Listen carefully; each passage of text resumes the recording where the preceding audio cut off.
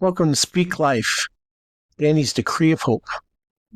I'm your host, Danny, and I just want to thank you for spending a few moments with me today. We're stepping into Holy Week, and it starts with what we call Palm Sunday. It's a day filled with celebration, but also it's a deep reminder of how often our expectations don't line up with God's plans. So wherever you're listening, whether you're sipping coffee or walking through a tough season, I just want to invite you to slow down for a moment. Let's reflect together. This isn't just a history lesson.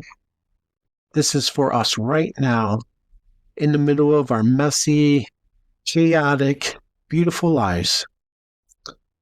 Now, the story starts in Matthew 21, and I want to read to you. They brought the donkey and the colt, and they placed their coats on them for Jesus to sit on. A very large crowd spread their coats on the road, while others cut branches from the trees and spread them on the road. That's Matthew 21, 7 and 8. So picture this. Jesus riding into Jerusalem, not as a mighty warrior, or not on a mighty war horse, but on a donkey.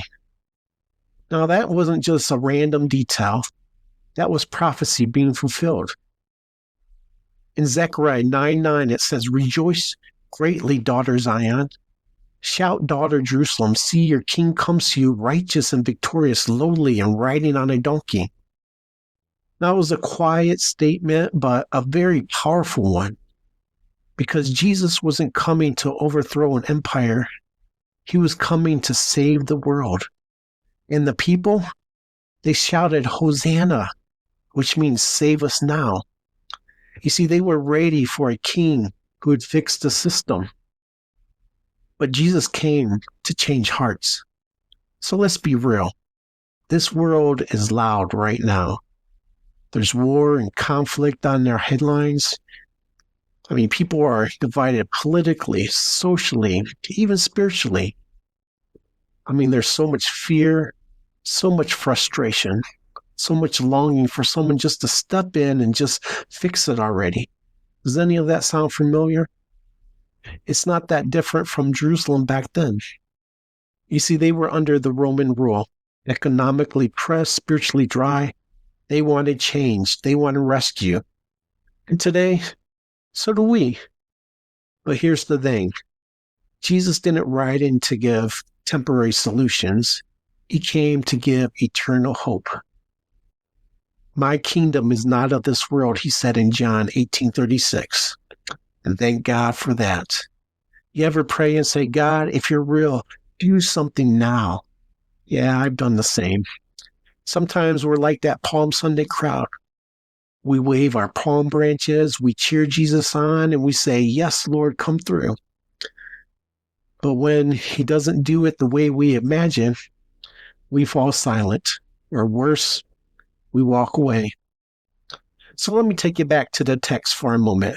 When Jesus entered Jerusalem, the whole city was stirred and they asked, "Who is this?" Now, Jesus will shake things up. He'll challenge our assumptions, but it's because he's after something deeper than our comfort. He's after our hearts. The Lord doesn't look at the things people look at. You see, people look at the outward appearance, but the Lord looks at the heart. It tells us that in 1 Samuel 16:7. Well, here's something hard to hear, but we need to say it. Some of the same people who shouted Hosanna on Sunday, they shouted crucify him just 5 days later. Why? Because Jesus disappointed them. He didn't give them what they wanted. Now, maybe that hits home with some of you. Maybe you've been in a season where it feels like God is quiet, or he said no when you were desperate for a yes. But let me encourage you with this. The Lord is close to the brokenhearted, and he saves those who are crushed in spirit. That's Psalms 34:18. Now, you may feel let down, but you're not alone. Palm Sunday reminds us that even when we don't understand what God is doing, he is still working. He's still loving. He's still saving. Jesus didn't come to build an earthly empire.